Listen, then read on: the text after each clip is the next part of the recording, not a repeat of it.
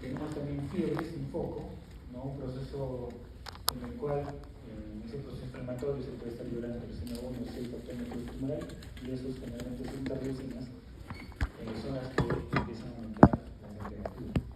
Puede ser también, claro, es una infección, o quizás el sistema inmune no está suficientemente listo y tiene una menor cantidad, que llevamos en las entropinas. Una pérdida de peso, lo que me está diciendo es que, y eso no es bueno, ¿no? Que son los constitutivos que se pueden identificar con baja de peso, quiere decir que hay algo que está haciendo el consumo mucho más rápido, un metabolismo mucho más rápido, a pesar de que no ingesta similar. Palidez y astenia, asociadas a fatiga progresiva, y no se evidencian en las pacientes. Entonces podemos hablar y de juntar todos estos signos y síntomas en algunos síndromes. Podemos tener un síndrome anímico, porque hemos justamente detectado que hay una fatiga, palidez, intolerancia al esfuerzo, y esto puede ser muy compatible con una hemoglobina baja, donde tendremos que estudiar si el de origen prácticamente es regenerativa o desregenerativa, si hay o no producción o hay destrucción de mismas. Síndrome hemorrágico, tenemos una equimosis en brazo, lo que hay que evaluar si esto también va dirigido a hemostasia primaria o hemostasia secundaria. Recuerden que hay pruebas en nuestros exámenes de laboratorio que nos pueden ayudar a definir si es hemostasia primaria o secundaria, ¿no? El tema de PT, que es equimosis, generalmente va para el lado de la hemostasia primaria, mientras que el tema de hematomas generalmente va un poquito más para la hemostasia secundaria. Hemostasia secundaria, factor de coagulación; hemostasia primaria, el tema de plaquetas. Bien, tenemos también un signo infeccioso, febril sin foco, una fiebre persistente sin foco aparente, ¿no? Si tuviéramos un tema de un foco, sería mucho más fácil para hablar que esta fiebre es un tema infeccioso, ¿no? Vía respiratoria, tos, etcétera, podría decir, es un foco respiratorio, ¿no? Insuria, por la fibra podríamos definir, ese es un foco eminentemente renal o urológico, ¿no? En este caso no tenemos un foco, no hay un origen donde posiblemente tengamos un proceso infeccioso. Entonces habría que ver si es porque hay una fiebre tumoral o una fiebre por neutropenia, donde dentro de nuestros granulocitos los neutrófilos disminuyen y son ellos los que pueden provocar en este caso algún tema de aumento de la temperatura. Ahora, si juntamos un anémico hemorrágico infeccioso sin un foco, podemos estar hablando de una insuficiencia medular. Juntamos la palidez, la astenia, equimosis, fiebre por neutropenia, y lo que estamos viendo aquí que tenemos una falla en médula. Ahora, esto es porque está fallando la médula y porque algo está infiltrando en la médula. Síndrome constitucional, tenemos esta pérdida de peso, ya, con astenia, fiebre, lo que nos está dando prácticamente a buscar o llegar a un proceso neoplásico. ¿Qué examen de soporte nosotros solicitaríamos para poder hacer el soporte diagnóstico? Recuerden ustedes que es soporte diagnóstico, el laboratorio no hace diagnóstico, ¿ya? Muchas veces escucho esa palabra, diagnóstico, el laboratorio, no, el diagnóstico es clínico, ¿sí? Y puede dar soporte laboratorial, radiológico, anatomopatológico, pero siempre es clínico. Entonces ustedes tienen que ir pensando en algo y el laboratorio les va a confirmar su diagnóstico. No esperen mandar exámenes de A a la Z para decir a ver qué cosa encuentro. ¿Se acuerdan del caso que vimos de la paciente con el linfoma de las células grandes tipo B, que de pronto tuvo un core IgM que no tenía nada que ver y era encima un falso positivo y confundió encima de los médicos del área? Entonces deben solicitarse las pruebas que son las que nos indiquen ese soporte diagnóstico, ¿ya?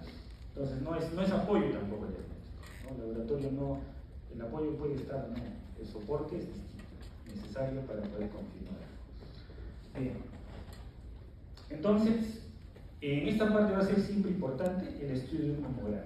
Hoy en día tenemos hemogramas que nos pueden dar 25 hasta 30 parámetros, hasta muchos más, por lo que ustedes cuando salgan de aquí seguramente van a tener que evaluar mucho más parámetros de lo que hoy día se evalúa, donde ya tenemos, por ejemplo, plaquetas fluorescentes.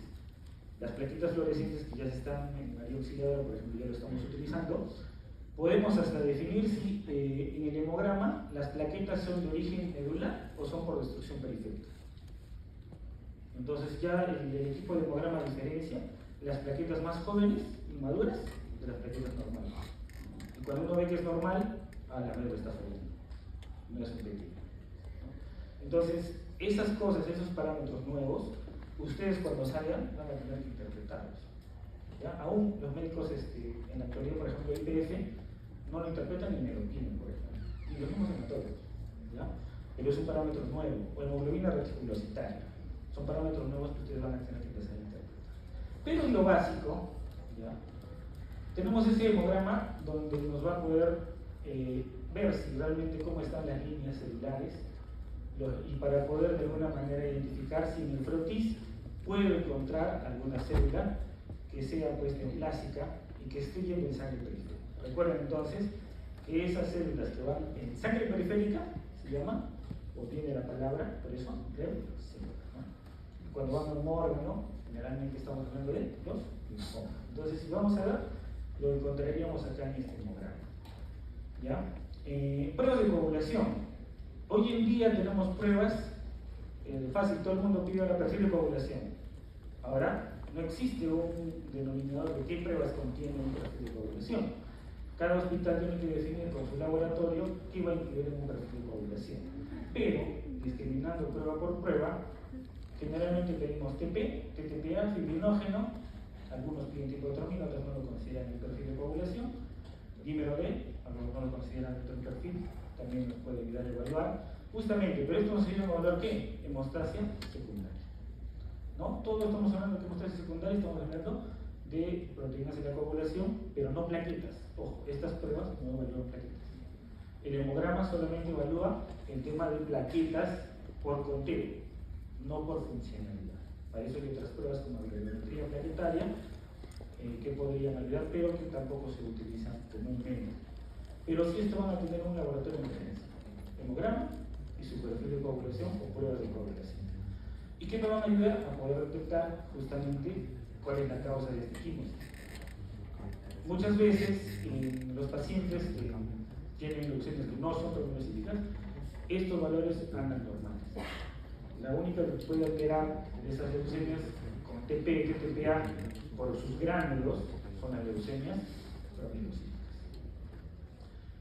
Pruebas bioquímicas nos ayudan no solamente para buscar cómo está la función renal, cómo está la glucosa, que puede ser también otro componente importante, sino para ver algunos tipos de complicaciones, por ejemplo, el síndrome de lisis tumoral. Entonces, van a ver algunos marcadores, ácido úrico, urea, que le van a ayudar calcio, fósforo, que le van a ayudar a poder evaluar justamente el tema de lo que es lisis tumoral. Que de pronto se destruyen las células, los blastos, las células neoplásicas, y me liberen esos componentes y el leucino del lisis. Entonces nos puede ayudar bastante estas pruebas bioquímicas, y en este caso van a ser las pruebas especiales muy importantes como el inmunofenotipo, ¿ya? Que es citometría de flujo, algunas veces FISH, si es posible citogenética, que es hacer cariotipos, evaluar cromosomas, o también hacer pruebas moleculares, donde buscamos fusiones específicas, ¿ya? Y en leucemia no es tan común usar un histoquímico como lo son los linfomas, pero también algunas veces se puede usar en las biopsias divisiones de inmunización.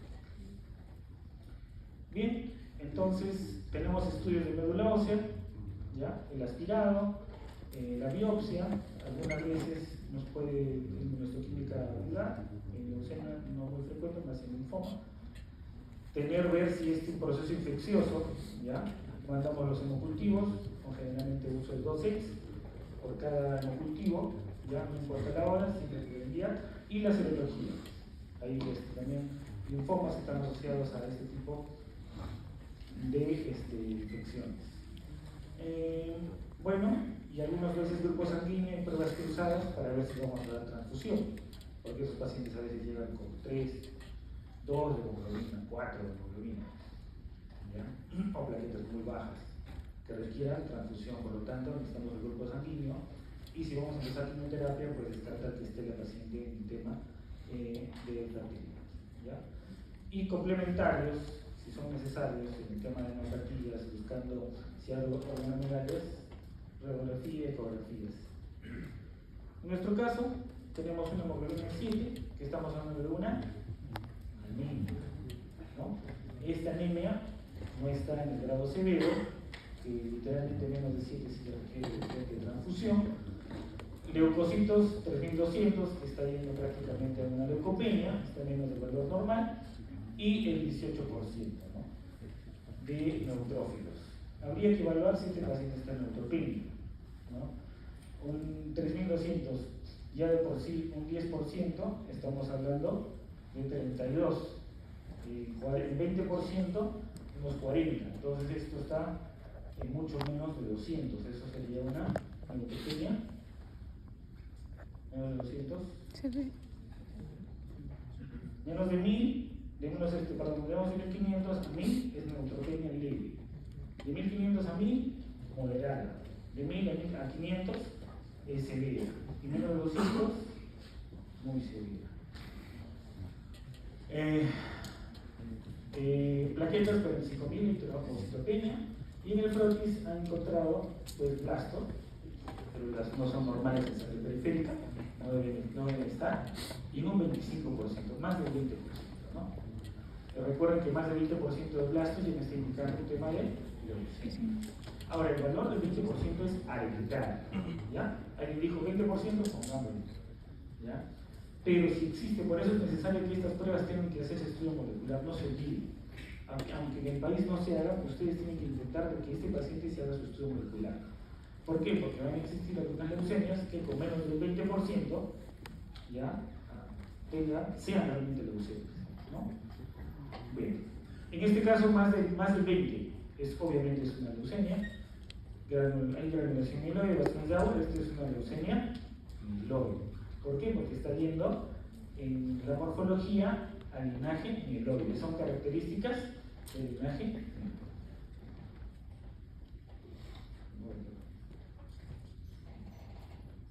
Ahí están los blastos, podemos ver las características de estos, los bastones de agua, podemos ver aquí estas pequeñas ramitas que vemos, ahí, es un normal en una célula en sangre periférica. Si le mandamos a hacer un cariotipo, que esto es parte de lo que es citogenética, vamos a evaluar cromosomas. En este caso el cromosoma, miren acá el cromosoma 8, su parejita no está igual, este cromosoma con su parejita no está igual, y miren el 21, tampoco está igual. Entonces acá ha habido un segmento que se ha ido por aquí y otro segmento que se ha ido por acá. ¿Ya? Aparte de eso, tiene un problema también polimórfico con el cromosoma 1, aquí con el Y. ¿Ya? También ha habido acá un pequeño cambio. Pero el más importante que me interesa es el 821. Entonces, este paciente que tiene una translocación 821. Entonces, en la definición, esto terminará siendo ¿qué cosa? Una leucemia mieloide aguda con 821. Si se le hace citometría de flujo, que esto puede ser chino para mucha gente, ¿ya? Es un estudio nada más para decir aquí, esto es negativo, esto es positivo. Más a la derecha es que el marcador está positivo, ¿ya? Y en estos casos lo que tenemos son 13 positivo, a la derecha ese rojito es las células plásticas, de hecho está positivo, ¿no? Recuerden que les dije que era un linaje mieloide, solo se tenían que acordar del 13, el 33.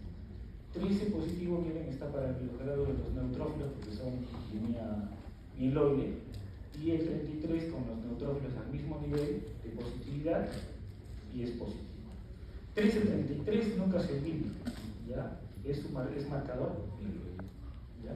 Siempre van a encontrar en todas las preguntas, es más presentado MIR, esto más en MIR, ya vienen agregando este tema de los marcadores. 13-33 mieloide, MPO mieloide, que tienen que acordarse.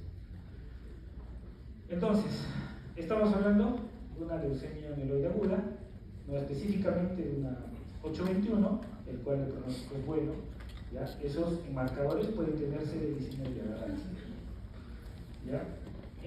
No podría ser una leucemia linfoblástica aguda, ¿por qué?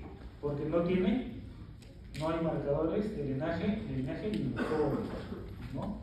No había CD19, no había en ese inmunofenotipo. Una leucemia linfocítica crónica tampoco, ¿por qué? Porque son células maduras. Recuerden que las leucemias, la característica es que son inmaduras estas células, y de las leucemias que aparecen en sangre periférica y que son maduras, está la LGLC. Entonces no puede considerarse ese tipo de diagnóstico.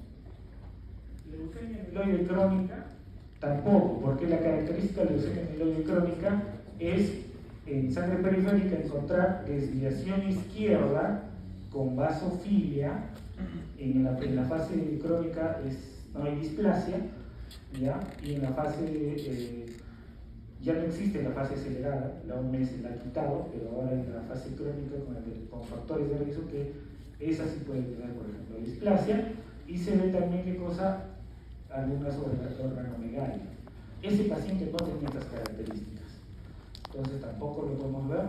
Que esté una leucemia mieloide en fase plástica, no, porque no había ni una pizca de basófilos en ese hemograma, ya no lo identificaba. Síndrome mielodisplásico, tampoco. Ellos generalmente pueden tener menos del 20% de blastos. Ya con tener la alteración genética descarta totalmente un síndrome mielodisplásico, ¿ya? Y bueno, no teníamos aquí el tema de la médula ósea, porque esa proliferación no es mayor cantidad de celularidad de médula ósea.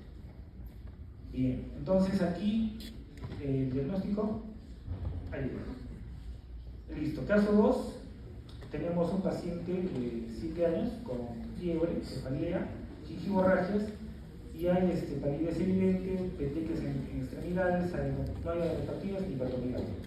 Ya la hemoglobina tiene 9, leucocitosis en 55.000, ya blastos en un 85%, plaquetas en 30.000, y el tiempo sangrado está incrementado. Le han hecho una electroforesis, ¿ya? Alguien pensó en hacer también una electroforesis, y la citometría tiene 19, 10 y 34. ¿Ya? ¿Cuál es el diagnóstico? Ya hemos visto que el cuadro es similar al anterior, los mismos síndromes, y lo que vamos a identificar es, vamos a hacer frente al laboratorio, hay una anemia, leucocitosis, no está incrementado el leucocitos, hay presencia de blastos, esto me habla de una leucemia, plaquetas bajas, ya está infiltrándose en médula ósea, ya el tipo de sangrado está normal, puede haber un problema de esas plaquetas, electroforesis normal, no habría en este caso la necesidad del tema de electroforesis, pero cuando se hace la citometría estamos viendo el linaje, ¿se acuerdan? 16, 19 con 34, una célula de linaje B inmadura. Entonces, ¿qué cosa es?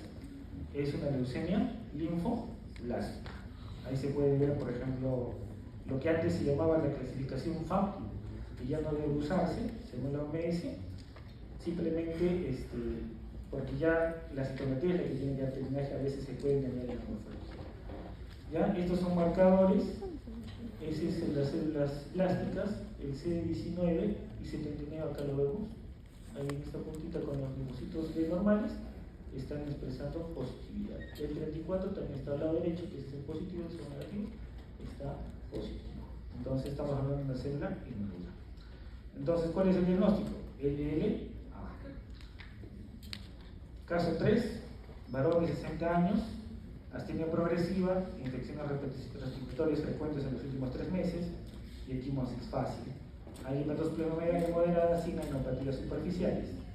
Hemoglobina 8.4, leucocitosis está entre comillas normal, pero tiene neutrófilos en 900. Plaquetas 58.000 y en el frotis hay blastos más monocitos atípicos. ¿Ya? La biopsia en médula ósea ha encontrado pues, un aumento de blastos mieloides en un 20%. Ya, entonces, ¿qué encontramos? Anemia, leucocitos están normales, pero miren los neutrófilos, están bajos. ¿Ya? Y es una neutropenia, que es una neutropenia moderada. Plaquetas en 58.000 y el tema de los blastos.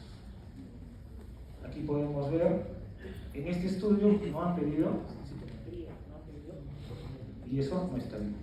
Debe el estudio, porque eso me ayuda para el tema del pronóstico y también muchas veces para definir el tema del tratamiento. Leucemia mieloide aguda, entonces por la presencia de blastos y por la diferenciación, en este caso MOPK los blastos.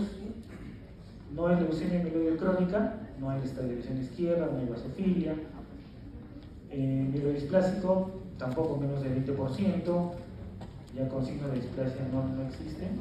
Esta leucemia leucemoide reactiva no es una definición realmente que exista en ningún lado, no debe utilizarse, y no es una LLA porque no tiene marcadores de línea linfóide. Caso 4, mujer de 30 años, palidez, fiebre intermitente, sangrado nasales, no hay antecedente de exposición a tóxicos de radiación, hay palidez, petequias y hemorragias, hemoglobina de 6.8, leucocitosis está en 2800, con neutrófilos también bajos absolutos. Plaquetas 20.000, blastos en 40% y la citometría me da MPO 3 y 33. Ya marcadores linfóides son negativos y el estudio molecular ha salido NPM1. Miren estos blastos, hay una característica,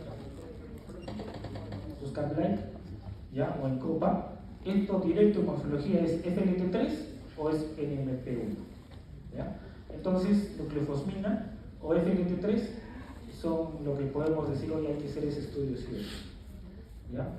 El MPO está positivo, está yendo hacia mano derecha junto con los neutrófilos, ¿ya? No está expresando, bueno, para este lado está expresando 13 y 33, ¿ya? Por los detalles marcados, ¿no? Aquí hay uno solo, entonces para mano derecha positivo, 13, 33 MPO, eso es linaje mieloide. Para estos casos se tiene que hacer, no voy a encontrar citogenética, no hay una translocación que me diga NPM1, ¿ya? Así que lo que se utiliza son pruebas de PCR, donde voy a encontrar a la hora de duplicar, voy a ver unos marcadores, a ver polimerización y voy a encontrar niveles aquí de NMP1 para poder detectar, ¿ya? Entonces una prueba molecular por PCR. Hoy en día RT-PCR en tiempo real. Bien, entonces estamos hablando de no una sola leucemia mieloide aguda. ¿Por qué? Porque ya tiene alteración. 2016 determinaba como anomalía genética recurrente. Hoy día se llama anomalía genética definida. Y es esta de aquí la respuesta. Leucemia mieloide aguda, si no tuviera un marcador de translocación, un marcador específico, se queda con eso. Bien. Y este caso, si tuviera menos de 20% de blastos, también es leucemia, ¿ya? Entonces ya hemos hablado cuáles eran las leucemias que tenían que tener la alteración genética y no requerían el 20% de blastos. Que en 2016 ya eran solo 3, ahora son bastantes, pero había 5 que tenían que aprender y ya hemos hablado en las clases.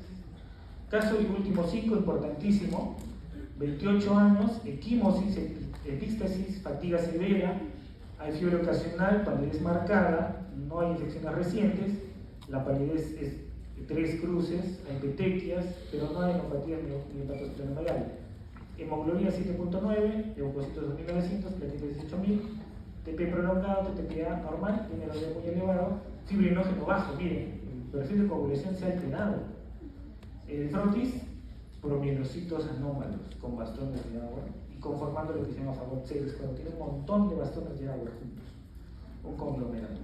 Le hacen la citometría 33, 13 MPO de negativo. La citometría, cuando vemos promielocitos, solo nos ayuda. Citometría no te define nada en promielocítica. A veces les dice es promielocítica, citometría sugiere. Es una de las pocas veces que la citometría solo sugiere, porque el tema es el molecular. Y la genética, el FISH salió en este caso 1517 y el PCR salió PML rara positiva. Ese es el que da finalmente el diagnóstico a esta leucemia, ¿ya? Donde vamos a encontrar promielocitos con gránulos y a veces bastones. El día de ayer, revisión al lámina, validamos el día del 2 de mayo por horas, me tocó 1 hora y el día anterior habían visto un paciente con 10% y hoy día le voy a mandar el hemograma, 10% de blastos. Yo no valido un hemograma si no lo veo. Fui a verlo y no eran blastos mieloides, eran promielocitos. Recuerden que un blasto es inmaduro, el premerocito es un estado un poquito más maduro, precursor, ¿ya? El tratamiento es distinto y estaban informando como blastos. Hasta que sale la citometría, llega el INEM recibe la muestra, y eso, que al final es el genético te puede dar 15 días. Este paciente ya tenía que recibir tratamiento. Y el de ayer, tengo que llamar la atención a los tecnólogos, cómo no han podido encontrar una leucemia promielocítica por falta de experiencia. ¿Ya? Entonces, se le hace, esta es la citogenética, este es el FISH. Ya, vamos a ver acá el cromosoma 15 y 17, una translocación, PMLR. ¿Ya? Bueno, esto es FISH, usando inmunofluorescencia, usando dual, dos marcadores de fluorescencia. Y aquí el estudio de PCR, donde vamos a encontrar que se hace para varias cargas de PCR para determinar también cuánto tiene de PMLR. ¿Ya? Entonces, ese es un paciente, sí o sí, con una leucemia promielocítica aguda que requiere tratamiento distinto a las leucemias mieloides normales. Por eso es importante, porque es de buen pronóstico. Y esta leucemia, si no tiene tratamiento, ya tiene algunos factores de riesgo, algunos marcadores de citometría que me pueden dar justamente esos alterados de perfil de coagulación, el paciente puede fallecer. ¿Ya? Y recuerden que la PMLR es uno de los diagnósticos que no requiere el 20% de blastos para indicar que es una leucemia promielocítica. ¿Ya? Y el tratamiento es bilateral. Bien, gracias. Vamos a continuar.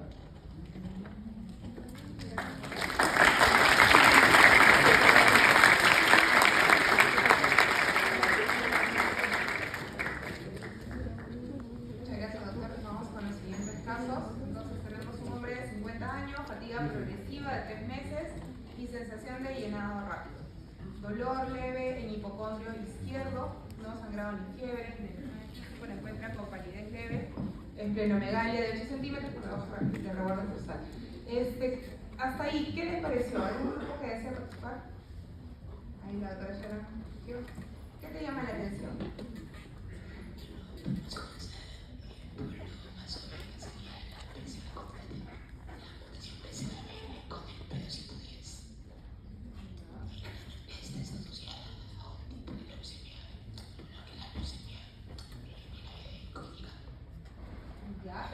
Ya en una leucemia mieloide crónica, entonces, ¿no? Qué interesante, pero te hace de frente a las leucemias. Entonces, porque es el tema de, ¿no? ¿Por qué es importante que hagamos este TBL? Porque ustedes probablemente después en oncología vean una o dos clases de leucemias y de linfomas, nada más. Entonces, como le comentaba a un grupo, es un poco ya después cuando ya estamos en el laboratorio, estamos en anatomía patológica, en otras áreas, es un poco duro ver cómo un paciente con leucemia aguda o con un linfoma ha pasado más de 2 meses pasándose de médico a médico pensando que tiene gripe, que tiene una infección, que tiene algo más, y nadie se puso en esto, ¿no?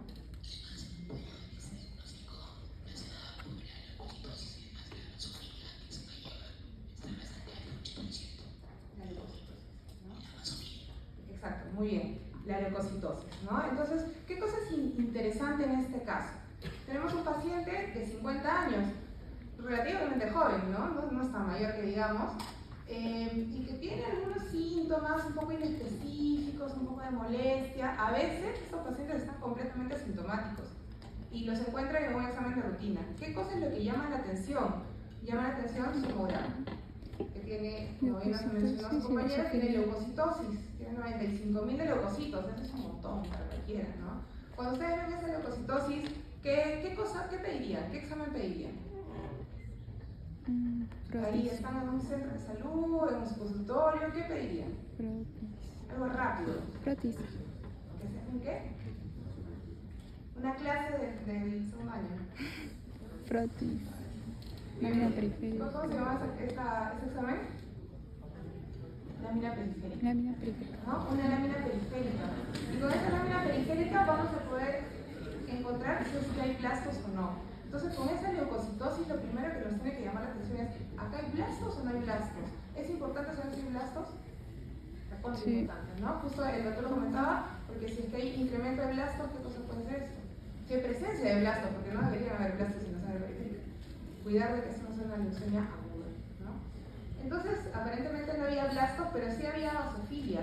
¿La basofilia de qué nos habla? ¿En qué momento puede haber basofilia? ¿Es normal? ¿Es esperado? ¿Es frecuente? Desviación a la izquierda. Hay desviación a la izquierda cuando hay presencia de inmaduros en la sangre periférica. Llámese bastones, llámese mielos, ¿no? Metamielocitos, esos son los inmaduros. Pero cuando ya vemos basofilia, cuidado, esto de acá pinta para algo neoplásico, ¿no? Es justo algo que nos tiene que llamar siempre la atención. Más ese vaso grande ya nos está hablando que acá hay probablemente una proliferación, un síndrome mieloproliferativo. Las plaquetas están ok y tal cual, dice mielocito, presencia de mielocitos y metamielocitos en sangre periférica. No se olviden, interpretar bien su hemograma y su sangre periférica. Dice nefrotis, leucocitos con granulocitos en todos los estadios de maduración, miren, diferentes estadios de maduración. Normalmente tenemos que encontrar solamente los neutrófilos, por ahí uno que otro bastón. No signos de displasia. PCR, BCR, ABL, ¿eso qué significa? ¿Alguien? ¿Qué significa BCR, ABL? Fusión de dos genes. ¿Ya? Pero ¿qué implica que nos digan este dato? BCR, ABL. Que hay una translocación. ¿De quién? Sí. Dos cromosomas. A ver, por allá, que hay una translocación. 922. Del cromosoma Filadelfia. Que hay un 922. cromosoma Filadelfia. ¿Qué es ese cromosoma Filadelfia? Eso sería altamente indicativo para una leucemia mieloide crónica. Para una leucemia mieloide Ajá. crónica. No, no necesariamente. El diagnóstico finalmente, como confirmamos el diagnóstico, porque el diagnóstico presuntivo ya lo tenemos, de una leucemia mieloide crónica. ¿Solamente se presentan las leucemias mieloides crónicas? Falso. No. ¿Puede estar en otras leucemias? Sí. En la aguda. Ah, sí, la LLA también puede estar. En una LLA también puede estar presente, ¿no es cierto? Muy bien. Entonces ya tenemos el presuntivo, lo confirmaron con la presencia de esta PCR-ABL. ¿Y cuál sería la respuesta? No. Ah, la La A, ¿no es cierto? Leucemia mieloide crónica. ¿Por qué es crónica? ¿Qué no hay? No hay blastos. no hay maduros, No hay- porque dice no hay que blastos. 210. Claro, no hay blastos. Hay células en estadios de maduración, pero no hay blastos. Por eso es una LMC. ¿Esto puede cambiar a una LMA? Sí, ¿no es cierto? ¿En qué momento se vuelve esto agudo? Cuando tengo más de 20% de blastos, cuando hay presencia de blastos. Paciente con LMC no hay que perderlo, tiene que hacerse su seguimiento continuamente. Entonces, siempre en estos pacientes hay que hacer un seguimiento con sangre periférica, hemograma, Una biopsia. ver de que, a ver, ¿qué células tenemos acá? Sangre periférica, revisen esto, ¿no? Tenemos por acá granulocitos en diferentes estadios de maduración, acá hay algunos que están más maduros, los neutrófilos, y estos de aquí normalmente los deberíamos ver en la médula ósea, tenemos mielocitos, ¿no? Estos no deberían salir acá. Vamos a la médula ósea, la aspirada médula ósea, y también tenemos presencia de mielocitos, algunos bastones, metamielocitos, pero no hay blastos. Entonces eso es importante correlacionar. Ahí está, entonces lo de este gen, esta translocación entre el cromosoma 22 y el cromosoma 9, que nos va a dar esta proteína de fusión, BCR-ABL. ¿Y qué cosa es esa proteína de fusión? BCR-ABL. Una tirosina quinasa ¿Qué cosa constitutiva. hace? ¿Qué produce? Tirosina quinasa constitutiva. Inhibe la apoptosis, inhibe la muerte celular y estimula la proliferación de células. Por eso tenemos este cuadro. Muy bien. Vamos con otra pregunta. Paciente, antes de eso. Doctores, ¿cómo están? El doctor Alvarado, ¿algo que nos quiera decir sobre las leucemias en los pacientes? Algo muy importante, en la mayoría de casos la parte de la clínica, es más, los laboratorios iniciales de las cosas básicas son muy parecidos. Y esto es algo que tienen que tomar en cuenta porque justo esto tuve un caso que me pasó la semana pasada, que me llamaron a ver una paciente, 31 años, ella trabajaba en la zona periférica de Caraballo repartiendo agua. Para esto está empezando la temporada de dengue y la paciente entra como un ictérico febril, ictericia leve, fiebre y le encuentran con citopenia, tal cual la mayoría de casos que encontraron acá, le corrieron un serológico de dengue y salió positivo. Y el problema es que esta paciente, como salió esto y no había mucho, no había, la médula no había blastos, había monocitos un poco elevados y solo linfocitos atípicos, estuvieron casi una semana manejándola como un dengue severo por la persitopenia. Y como no mejoraba, recién cuando llamaron al hematólogo y hicieron una lámina periférica, se dieron cuenta que hicieron blastos. Y lamentablemente esta paciente, debido a toda esta complicación, terminó siendo una promielocítica, y las promielocíticas sangran.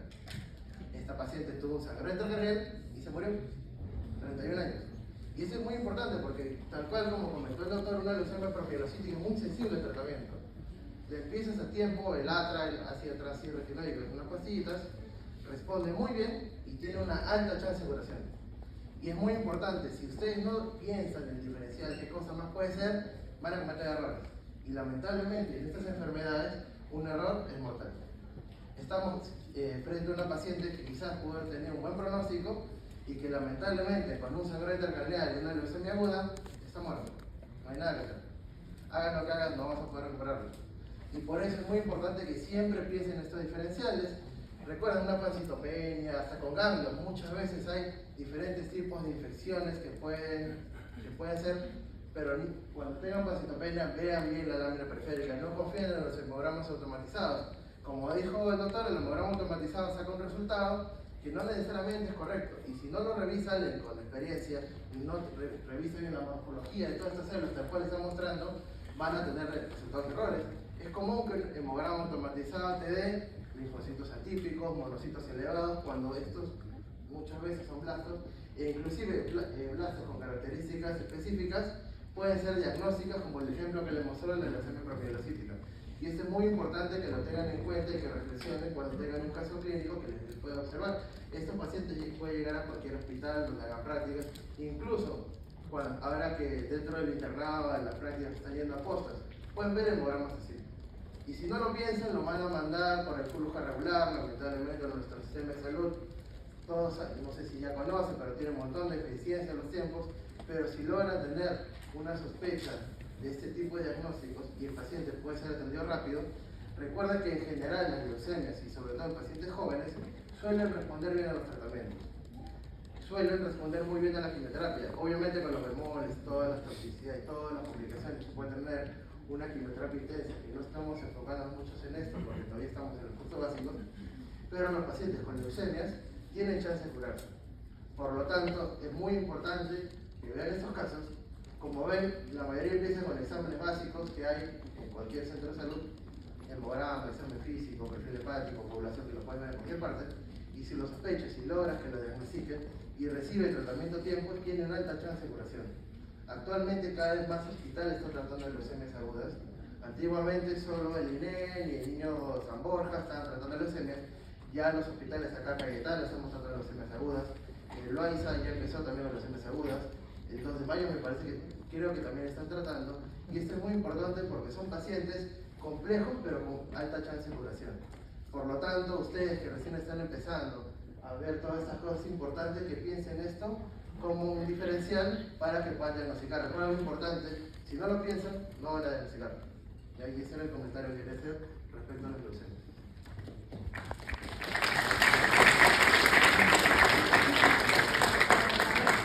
Vamos a otro caso. Entonces, ya han visto neoplasias hematológicas, son varios grupos de neoplasias hematológicas, pero ahorita vamos a hablar de leucemias y el otro gran grupo, ¿no?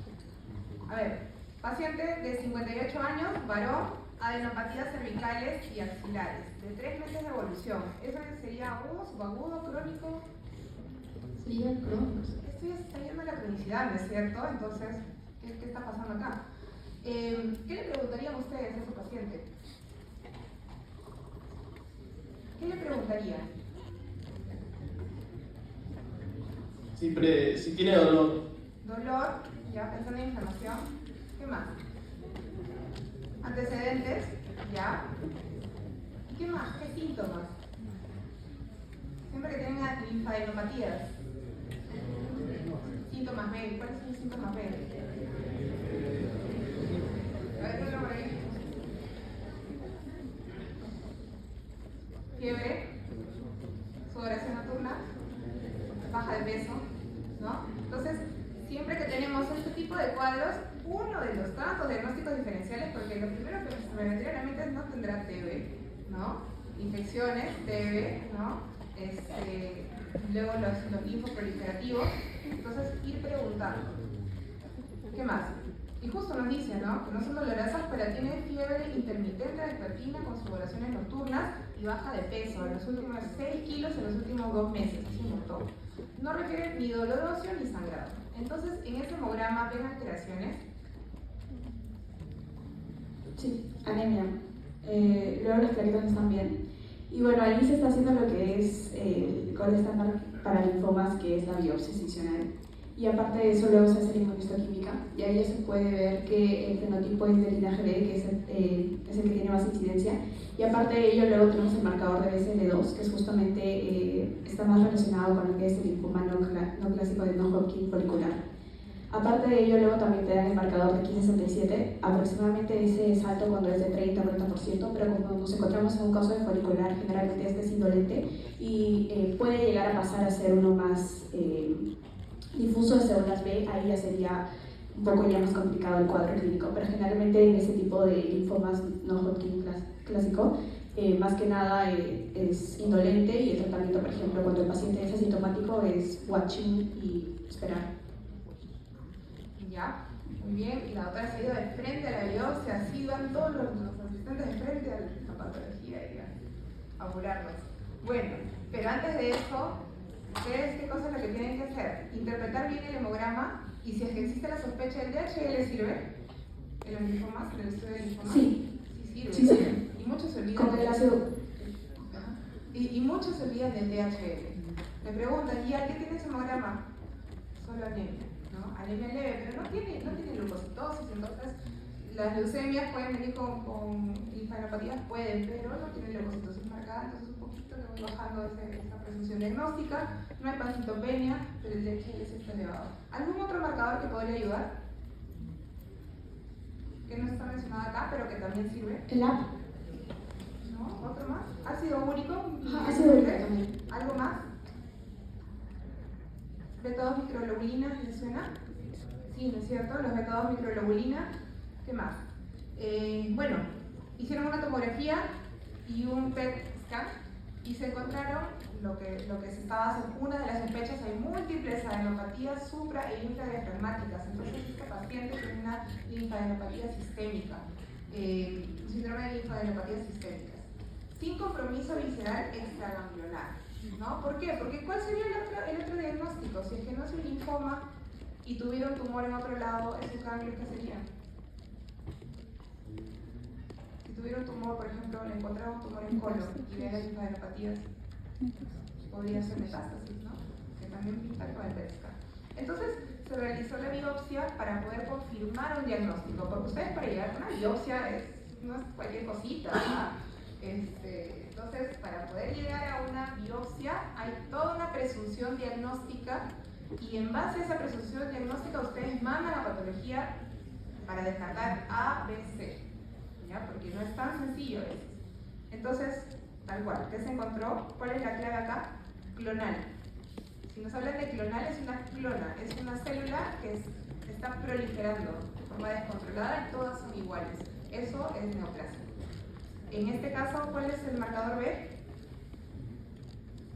CD20, marcador B.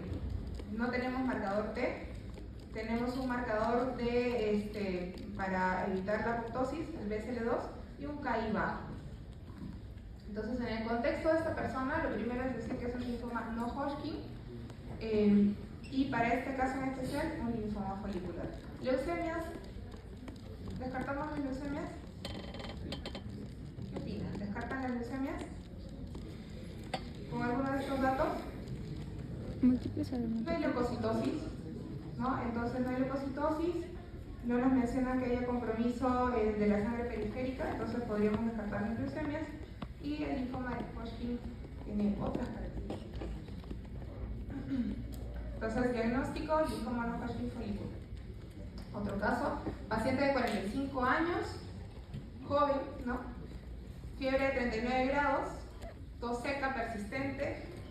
Hasta ahí, si nos llega, TB, ¿no? TB, cuidado con la TB, o si no, viral. Pero ¿qué cosa tiene esta persona? Masa mediastinal, ¿no? Masa mediastinal, cuidado, esto de acá probablemente como mayor, más probable que el anterior, no vaya a ser un linfoma. De los linfomas que traen masa mediastinal, el primero que se les pueda venir a la mente, el linfoma de Hodgkin, pero no es el único. ¿Qué órgano hay en el mediastino anterior de donde pueda salir un linfoma? El timo, muy bien. ¿Y qué tipo de linfomas? El T. Los linfomas T, ¿no? Los linfomas T pueden acompañarse también de masa mediastinal. Y también estas masas mediastinales pueden ser los mismos ganglios linfáticos que están, ¿no? Que están aumentados de tamaño. En este caso tiene un poco de leucocitosis. ¿Alcanzaría para una leucemia? Está un poco alto. No está tan alto, pero de todas maneras es un frotis de sangre periférica nos ayudaría. Pero ¿qué cosa es lo que nos aleja? Miren la hemoglobina, no está abajo, tiene más hemoglobina que yo. Entonces, esto ya nos aleja un poquito, ¿no? de pensar de que esa médula esté infiltrada. Plaquetas, sí está un poco bajo. Y el DHL ligeramente incrementado. Entonces, en la tomografía de tórax se encuentra tal cual una masa mediastinal anterior de 6 centímetros, sin evidencia de enfermedad fuera del tórax. Entonces, aparentemente esto está localizado en el mediastino. Acá sí se tiene que biopsiar porque ya nos hablan de una masa. Y en esta masa nos describen que hay unos núcleos vesiculares y nucleolos prominentes. Suena algo, ¿no? Que esas células son CD30 positivo, CD15 positivo, CD20 negativo, pero tienen un PAC5 débil. ¿Les suena algo? A Hodgkin. Hodgkin suena, ¿no? Acá esto ya es un poquito más de interpretación. Las células de red Stenberg son las que tendríamos que acordarnos. A ver, linfoma de Hodgkin, ¿qué tenemos a favor? La masa mediastinal. El difuso de células grandes B es bien agresivo y acá toditas son grandes y en su gran mayoría son CD20 positivo y PAC5 fuerte, que PAC5 es otro marcador de linaje. Leucemia linfoide T. Si hubiera tenido un hemograma alterado y me hablaban de leucocitosis marcada de blastos, es una buena posibilidad diagnóstica, pero no tenemos eso. Entonces se va. Leucemia amiloide aguda, tampoco tenemos leucocitosis, igual es linfoma de Hodgkin. ¿Cómo se llama esta célula? Red Stenberg, ¿no? Red Stenberg. Esta de acá es la que suele ser CD30 positivo y es la que nos ayuda a orientar nuestro diagnóstico. Ya actualmente se ha visto de que no es exclusiva solamente de esta entidad, también lo podemos ver en otros linfomas, pero por temas prácticos recuerden ustedes. Red Stenberg Light o células de Red Stenberg, linfoma de Hodgkin. ¿En qué edad se presenta esta enfermedad? ¿45 años? Es bimodal, muy bien, es bimodal, ¿no? ¿Qué quiere decir esto? Tiene dos picos, pacientes promedio 20 años y promedio 50 años, es bimodal. Último caso, paciente de 68 años, varón, sin antecedentes hematológicos, tiene fatiga progresiva, sudoración nocturna, sensación de plenitud abdominal. ¿Alguien sabe por qué se da esto, esta sensación de plenitud abdominal en estos contextos hematológicos? ¿Alguna idea? ¿Algo crece? El hígado, pero sobre todo el vaso, ¿no? El vaso. Dice, en su examen físico se evidencian adenopatías cervicales, axilares, supraclaviculares y esplenomegalia moderada. Ya, yo puedo tolerar una infección cervicales, axilares, pero supraclaviculares, cuidado, esto de acá puede ser maligno. ¿Qué tenemos en el hemograma? Hemoglobina de 10.2, punto bajo. ¿Qué opinan de esto?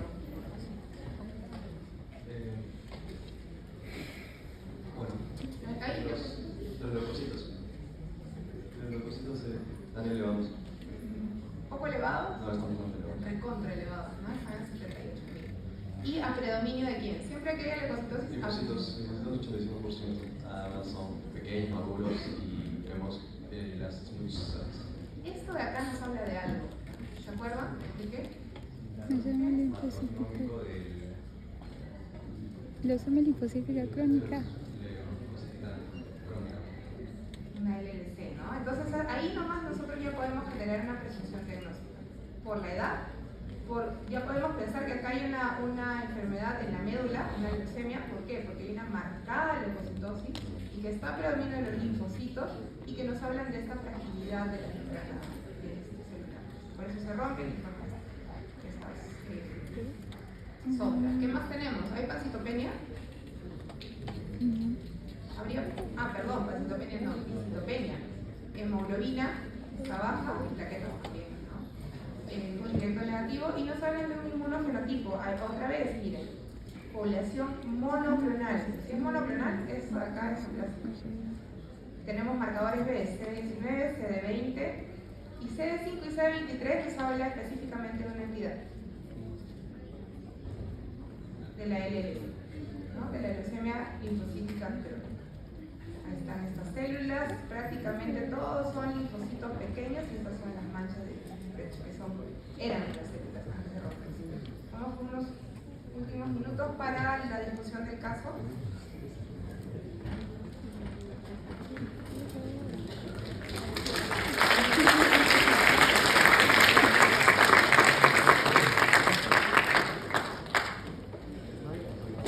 Bien, este es un adolescente, 14 años, ¿no? Para nosotros hablar de paciente pediátrico todavía, porque es menos de 18, paciente pediátrico, fiebre, palidez y equimosis. Hemograma 8 gramos de hemoglobina, leucocitos en 22.000, plaquetas en 45.000 y el fronte izquierdo era blastos. Y bueno, pudieron atreverse a decir todavía que son linfoides, por lo que la característica debe ser muy clara. El inmunofenotipo, pues, le está diciendo que tiene 19, tiene 34, inmadurez en AGB y tiene un marcador que es el CRLF2. Y en FISH sale BCR-ABL negativo. Negativo. ¿Qué se detecta? Un reordenamiento por molecular, el CRLF2. ¿Cuál es el diagnóstico más probable?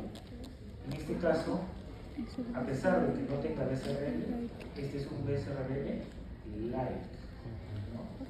O similar o parecido, ¿ya? Porque van a terminar haciendo niveles de cambio en la morfología, todos son blastolinfoides, ¿ya? ¿Y qué es importante? ¿Y por qué les he puesto este caso? Porque de las leucemias linfoblásticas agudas en el paciente pediátrico conocemos que son de buen pronóstico, que prácticamente la curación a los 5 años en general en el mundo va alrededor, puede llegar al 95 a 99%. Pero en el Perú y en Latinoamérica es muy bajo. Es más, se hizo hace años en varios estudios cuánto era en general en el Perú y estaba entre el 70%. O sea, morían muchos pacientes, ¿ya? Entonces, ¿por qué? Porque a diferencia de Europa u otros países, esta entidad es mucho más baja. Aquí es prácticamente el 30% los BCR-ABL. ¿Los diagnosticamos en el Perú? No. No hay entidad en INEM, San Borja, en ningún lado se noticia. Pero por citometría del grupito podemos detectar el CRLF2. Es el único. Pero lamentablemente por citometría no puedes confirmar. Tiene que ser el estudio molecular. Pero de alguna manera te dice que lo debes hacer. ¿Ya? Entonces, ¿cuál es la afirmación correcta del pronóstico? Es un pronóstico malo, de alto riesgo. Se asocia con mayor mortalidad de recaída. Por eso, y a pesar que las leucemias linfoblásticas agudas son de buen pronóstico, porque recuerden que alta hipertriploidía, tener un 12-21, son las que generalmente son más frecuentes. Entre un 30, cada una 30% son 60%. Por eso es que son buen pronóstico.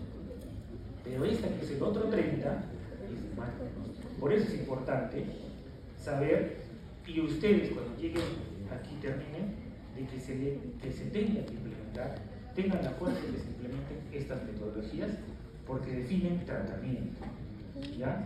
Entonces en ese riesgo se van a juntar todas esas similares a PH, a Filadelfia, y entre 8 más 4 van sumando 12, y hay otro grupito que está por ahí, van sumando ese 30%.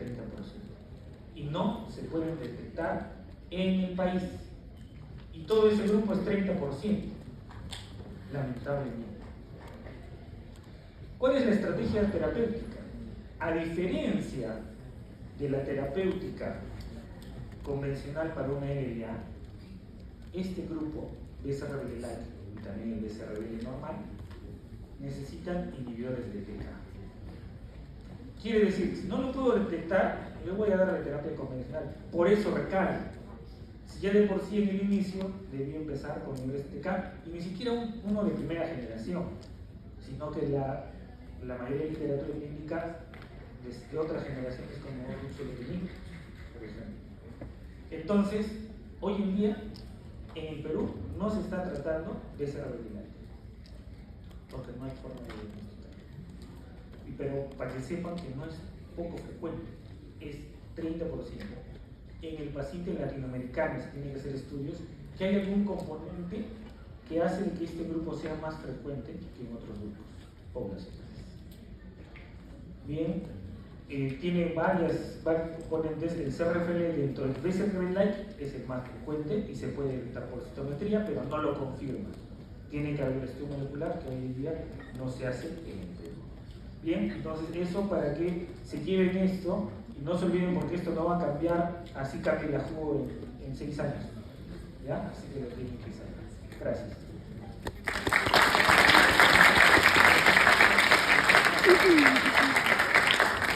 Vamos a ver un último caso y antes de presentar este caso, ¿cuáles son los virus que están asociados a linfomas?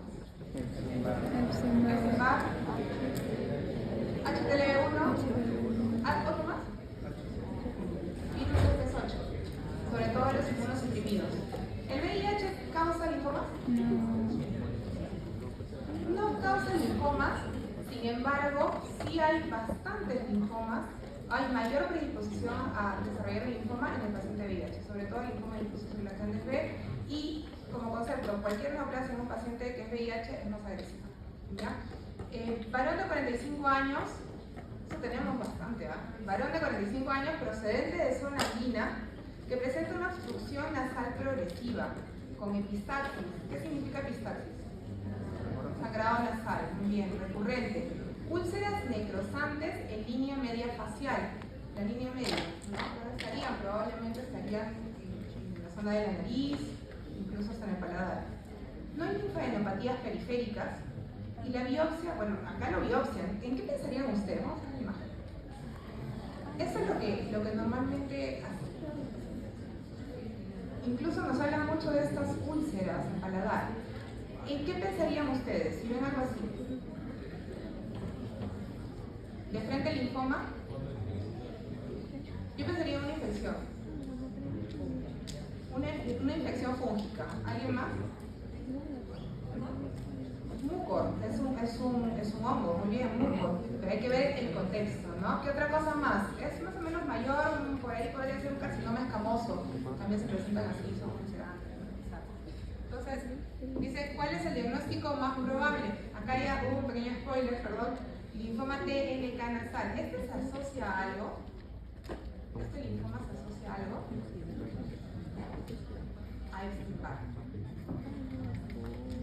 Y es como su nombre dice, es un tipo de linfomas que tiene un fenotipo TNK. Los T suelen ser más extranodales que los T.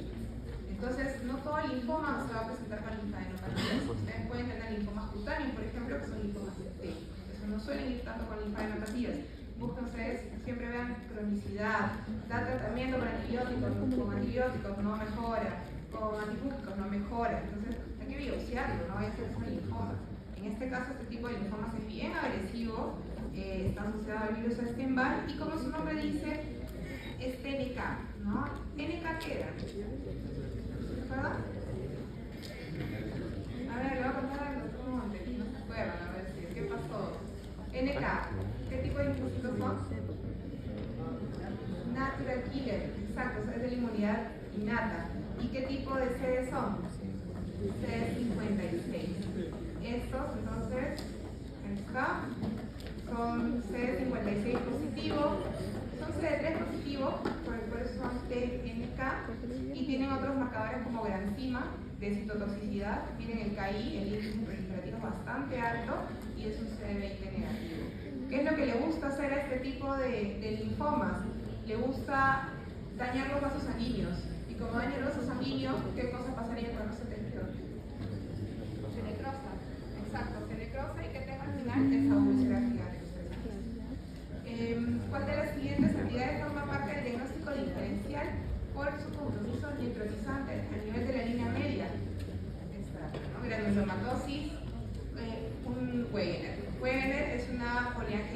granulomatosa, es uno de los diagnósticos diferenciales, sobre todo a nivel de la mucosa.